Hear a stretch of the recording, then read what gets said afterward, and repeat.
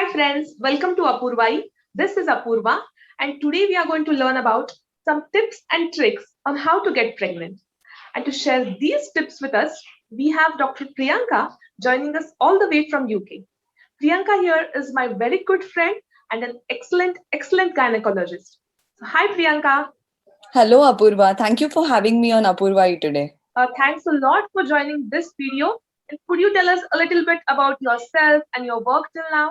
Hello, everyone. My name is Dr. Priyanka Deshmukh. I'm an obstetrician and gynecologist. I have completed my MS in Obs and Gynae from KEM Hospital, Mumbai, and I'm currently working as a fellow in Cambridge University in the UK. That is so great. We are so proud of you for achieving all this.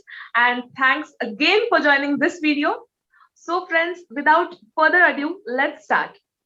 So, Priyanka, my first question for you would be we usually have a practice of seeing a gynecologist once we get a positive pregnancy test. So, is there even a need to see a doctor way before we get the good news? And what is preconception care? So, Apurva, thank you for the question. So, preconception care is essentially individualized care given to couples with three things in mind. First is to increase the chances of conception whenever pregnancy is desired, to make pregnancy safe for both the mom and the baby whenever the mother has got any long term condition. And the third thing is to give couples contraceptive advice whenever pregnancy is not desired in order to prevent unintended pregnancies. So, preconception care is a very important part of your pregnancy planning, and you can discuss anything in preconception clinics, right from a proper weight to get pregnant or the drugs to take or not to take whenever you're planning pregnancy. So, I would recommend everyone who is planning to get pregnant to consult a doctor and get proper preconception counseling done. Yeah, yeah, that makes sense. So, nextly, these days couples are choosing to wait a few days before they start trying, and that can be due to a number of reasons like getting married late, or work, or travel, and whatnot. So, is there a right age to get pregnant? And what if I'm in my late 30s or early 40s? So studies have shown that 20 to 30 for women and less than 40 years for men is a very good time to get pregnant, especially in the context of recurrent miscarriages. A woman's age between 20 and 24 years and a man's age less than 40 years is shown to have the least number of chances of miscarrying. And when a woman's age crosses 35 and a man's age crosses 40, the chances of miscarriage increase exponentially. Nevertheless, even pregnancies at an older age group, for example, after the age of 35, are associated with increased risk of conditions such as hypertension or the baby being a bit small. So, definitely, age plays a very important role in having a healthy pregnancy. So, is a regular menstrual cycle absolutely necessary for getting pregnant? And how am I to find out whether I'm ovulating or not? Thank you for this question, Apurva. I think it's very important. And for me to answer this question, I will quickly first go through what a menstrual cycle is. So, basically, a normal menstrual cycle or periods, as what we call, is a period of 28 to 35 days in which two important things happen. A, in the middle of this period, the egg is released from the ovary, and the second thing is that there's cyclical shedding of the lining of the womb in the form of menstrual bleeding. So basically, it is cyclical shedding of the lining of the womb that comes out as menstrual blood. This egg, which is released in the mid cycle, fertilizes with the male sperm in order to form a baby. Every month, the womb prepares itself to form this baby, and whenever there is no fertilization or no baby formation, it is shed out in the form of menstrual blood. So whenever you are ovulating normally, it is safe to assume that whenever you have got normal menses, it is safe to assume that you are ovulating normally. However, the reverse is not true, which means that even if you might be ovulating, but your menstrual cycle might not be regular. Hence, having a regular menstrual cycle is good to plan a pregnancy. However, even if you have irregular menstrual cycle, that does not mean that you cannot get pregnant. It only means that your cycles are not in a regular pattern. And in these scenarios, the chances of unplanned pregnancies are more, and hence couples have to be more careful. And are there any kits that are used to find out if I'm ovulating or not? Yes. So nowadays we have what are called as the ovulation predictor kits or the OPKs. So these ovulation predictor kits essentially measure the level of a hormone called as the luteinizing hormone, which increases during the time of ovulation exponentially in our body. These are pregnancy test kit like kits which can be used at home.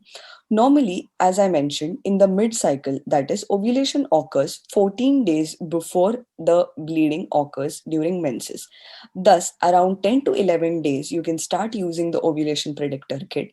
It has got two lines. So, when the second line starts becoming darker, it means that you are in the phase where ovulation is going to occur.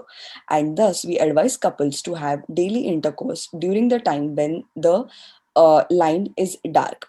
Another thing, two things to keep in mind is that whenever your urine is very dilute, these kits do not act properly. Hence, do not drink water around 2 to 3 hours before using this test kit.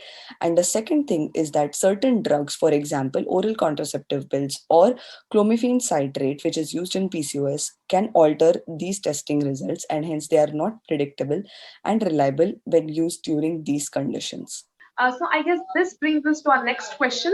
So are there any particular days of the month that I should try which can increase my chances of conception? Yes. So to understand this concept, it is essential to understand that the egg of the which is the gamete from the mother remains viable for a period of 24 to 48 hours, whereas the sperms in the female genital tract remain viable for a period of 7 days. That is why we always explain to couples that 3 to 4 days before ovulation and around 1 to 2 days after ovulation are your maximum chances of getting pregnant, and you should plan for an intercourse during this period. However, it is also important to know that sexual activity can come under a lot of stress when you try to time it all the time, and hence, regular sexual intercourse every 2 to 3 days during the whole month when you're not menstruating, or around 3 to 4 times a week, is a healthy habit. And are there any positions at all which can increase the chances, or are there any things like raising legs right after having intercourse increase the chance of getting pregnant through? Well, there's no scientific evidence to show that any specific position increases the chances of getting pregnant. However, we do recommend that you need to be in a position in which the sperm can travel into the genital tract in order to fertilize the ovum. However, it is only that is necessary, and no positions have shown any kind of benefit when you're trying to get pregnant. So now let's talk about diet. What are the things that one should avoid completely or stop when trying to get pregnant? So, diet is an extremely important part, not only when you're trying to get pregnant, but especially in the first few weeks of pregnancy as well. In order to have a healthy diet, we normally recommend that you should have 5 portions comprising of fruits and vegetables during one particular day. This food should increase a balance of carbohydrates, proteins, and fats. In carbohydrates, you can include anything and everything which is healthy, especially wheat based carbohydrates. For example, chapatis, rice, or in a Western world, pasta, noodles, or even potatoes. When it comes to protein, having a proper content of protein in your diet is extremely important. This protein can come from meat, it can come from lentils, it can come from pulses, or it can come from nuts. Also, for fish eaters, you can have it is recommended that you have fish twice a week. Oily fish, for example, salmon, which is also called ravas, or mackerel, which is also called bangda, are considered to be healthy. However, fishes like tuna need to be avoided since they can have a toxic substance called as mercury in them, and hence they should be avoided. Coming to fats, milk and milk products are an important source of fats. We recommend that you have semi skimmed milk or low fat milk and yogurt during pregnancy. Ghee is also considered to be very healthy and can be had in moderate amounts. Foods which not to eat. Definitely, alcohol and smoking are a big no no in pregnancy and definitely should not be had. Some specific things which should not be have are unpasteurized milk and milk products because they can contain organisms which increase the chance of infection and miscarriages. Uncooked meat or undercooked meat is also risky and should not be eaten. And the same way, eggs can also sometimes harbor infections which can cause miscarriages, and hence eggs from proper sources should be included, but not unpasteurized eggs. Also, liver and liver products should be avoided in pregnancy, especially for meat eaters. And undercooked and uncooked patties that are available in supermarkets should be avoided as they can harbor some infections.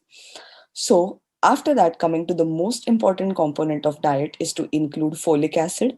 So, 400 micrograms of folic acid is extremely important for 3 months before you plan a pregnancy and for the first few weeks of pregnancy, and that must be included in your diet.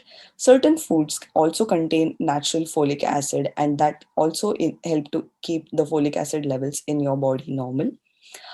Coming to the last point, which is very dear to all of us, which is tea and coffee. So, caffeine intake around 200 milligrams is extremely safe, and you can have it. To give you a idea of how much caffeine we drink, so one mug of instant coffee can have around 100 milligrams of caffeine, and one cup of tea can have around 75 milligrams of caffeine, and your favorite cup of cola, a can of cola, can have around 40 milligrams of caffeine. Herbal teas, if you're planning to have 4 to 5 cups of herbal tea, are allowed, but not definitely more than that. So, all these dietary changes are extremely important. It is good to know that you have a healthy and balanced diet in order to have a healthy pregnancy. Okay, so all good information.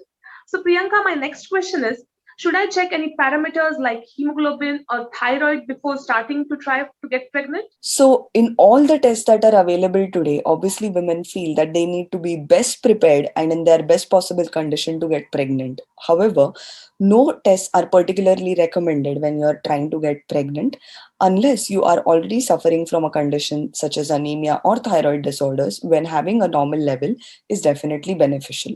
However, I want to say that one particular test that everyone must undergo, especially and is advised in preconception clinics, is that of a test for testing sickle cell anemia and thalassemia. So these two conditions present as anemia in the reproductive age group, and they can be passed to your offsprings. Thus, if you have any of these conditions or get tested positive for them, it is essential that your partner is also tested, as these can cause these conditions in your offsprings as well. Okay.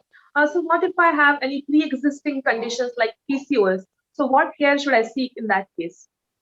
Yes, so PCOS and endometriosis are probably the two most common conditions that are seen in women of reproductive age group. So women with PCOS normally are on drugs which help to have them a regular menstrual cycle, like contraceptive pills, or they can be on some kind of sugar control medications. Both these medicines need to be either stopped or modified in pregnancy, and thus they need to consult their doctor for the same. Women having endometriosis related pain might also sometimes be on oral contraceptive pills, and they definitely need to be stopped before trying for pregnancy. So, how soon can I start trying to get pregnant once I stop using contraception? The good news is that all form of contraception, for example, the pill, the injections, and the implants, and even removal of copper T, can help you get pregnant immediately, and there is no lag period, except for an injection of progesterone called as depo-medroxyprogesterone acetate, which has a lag period of around 6 months before you can get pregnant. So, my next question can be a bit sensitive for a few of us. So, how soon can I start trying to get pregnant after a miscarriage?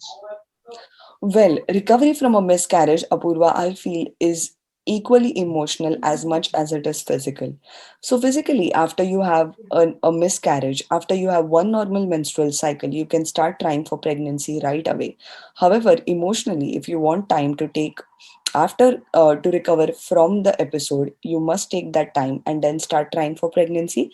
Some complications in early pregnancy, for example, ectopic pregnancy and vesicular mole or molar pregnancy, are special types in which you need to consult doctors before you start trying for pregnancy after getting treated for these conditions. So, I guess that brings us to our last question of the day, the role of partner's health in this entire process of making a baby. Well, the partner contributes 50% to the baby, thus, the partner's role is extremely important when you're trying for pregnancy.